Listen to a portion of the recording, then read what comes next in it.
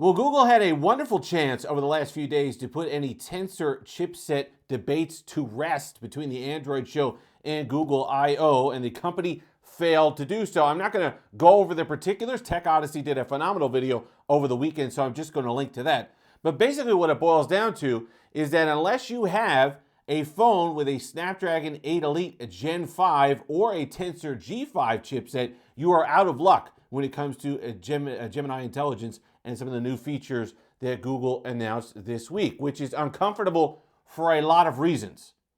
And it's made me feel foolish, and I'm sure it's going to make a lot of Pixel owners feel foolish, because if you're going to tell me that Google isn't able to get these latest and greatest features to work on anything but the latest phone, so my Pixel 9 Pro XL with 16 gigs of RAM, so Google can't use that excuse, with a Tensor G4 that I was told was designed for Google's AI and all this other stuff, and that's why you'd get and pick up a Pixel, so you can have these kind of features for years to come. If you're telling me that that's not possible, if I can't get the full slate of Gemini Intelligence on that device, then boy, I wonder what the point is.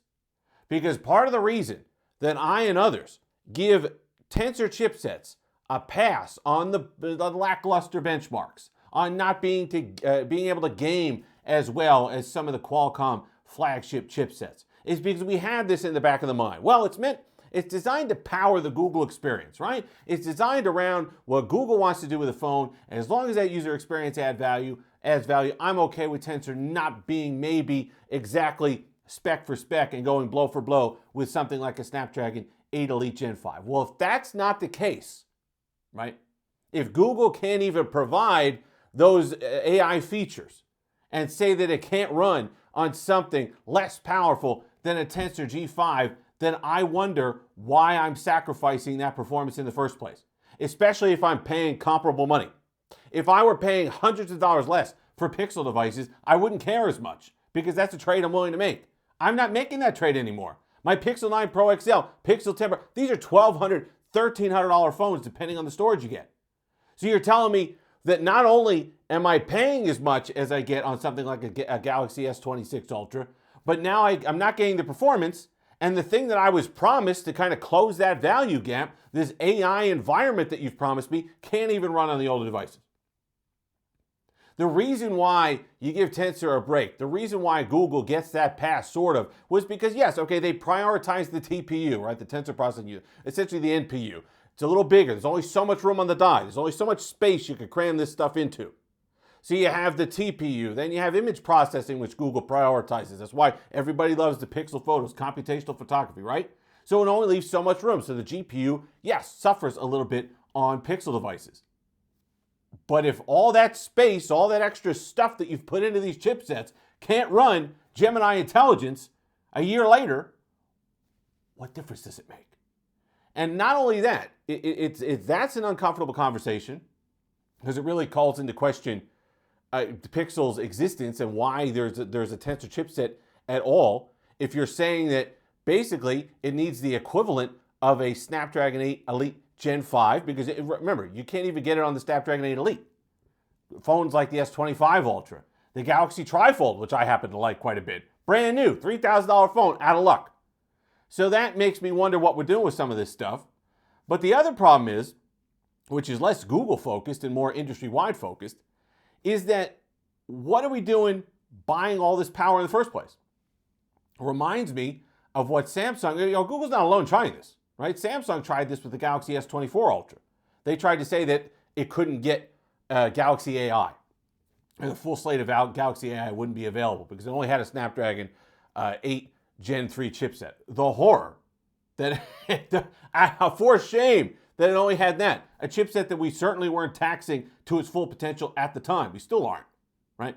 So if that's the case, then how come I can't be able to use that extra overhead? Why am I paying for that extra overhead? If you're telling me that we're going to keep moving the goalposts on what's required to run the latest and greatest features, then that extra money that I spent to buy a flagship phone with a Snapdragon 8 Elite, with a Tensor G4, with all this RAM, that's not, I wasted my money. The value's not there. Because the future proofing and the overhead, there's like, sure, a Snapdragon 8 Elite Gen 5 is overkill for things like Instagram right now, right? Instagram can only go, some of the games aren't really taxing it. The apps really aren't there. That we're not using it. The only thing that runs to actually tax these chipsets are benchmarks designed to test the end range of these chipsets. That's the only way we're using all this power. So if you're telling me that all that overhead that I bought, all that future-proofing, thinking that, oh, it's going to keep my phone in the good for years to come, isn't the case? Does it come true?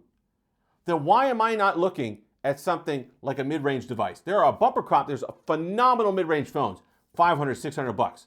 And I could upgrade those more frequently, and I'm still coming out ahead on the money side. So as long as I could get a phone for $500 that does everything I need to do, that has a decent user experience, that is smooth enough right now, that has a decent enough camera, I'm not going to worry about the future proofing. I'm not going to worry about the overhead. I'm not going to worry about 7 years down the line having enough on that chipset to give me a decent user experience. Why would I? Because I'm not getting the features that I thought I would be getting. And I understand. Look, there's going to be generational leaps, right? There's going to be things that, my Nintendo 64 could do that I wasn't going to sit there and stare at my Super Nintendo. But there's a difference here. We're in the future. Cloud computing is a thing. When Google brought Magic Q and some other features that were Pixel 10 exclusives to the Pixel 9 series, I thought that was a great dress rehearsal on how this could be handled. Sure, if you want this stuff on device, if you want it faster, if you want better results, buy our latest and greatest. However, because we recognize that some of that stuff can't be handled on older chipsets, we're going to offload some of that into the cloud. So yes, it might take a beat or two longer, but you're still going to get these features. A little less secure, going into the cloud, right? Your data's going back and forth, but at least you get them. And then you can make a decision where you put the value on better performance, on on-device performance, on these things that these newer chipsets provide. You get to make that decision, not Google. I don't understand why that's not the thing. And then you see Wear OS 7 announced at the Google I/O that's going to have some Gemini Intelligence features on certain future smartwatches. Well, I don't care about what they come up with a Pixel Watch 5 or whatever's coming up next. There's no way that you're going to tell me that that smartwatch on my wrist is going to be more powerful than a Pixel 9 Pro XL with 16 gigs of RAM. So how is it doing it? Is it offloading some of that computing to the phone? Is it offloading it to the cloud? How is it getting Gemini Intelligence to work? Even if the features aren't one-to-one, right? Even if the watch experience is not going to be the same as what you get on your smartphone, there's something there. You tell me that's not the experience you could get me on my Pixel 9 and all the devices? It's nonsense. It's nonsense. And either you make a determination that Google's artificially gatekeeping stuff, which is annoying, the Tensor's not up to it, which is annoying, or we're doing something wrong with this AI stuff and how we allocate the resources for it, which is also annoying. So down the line, I'm not happy.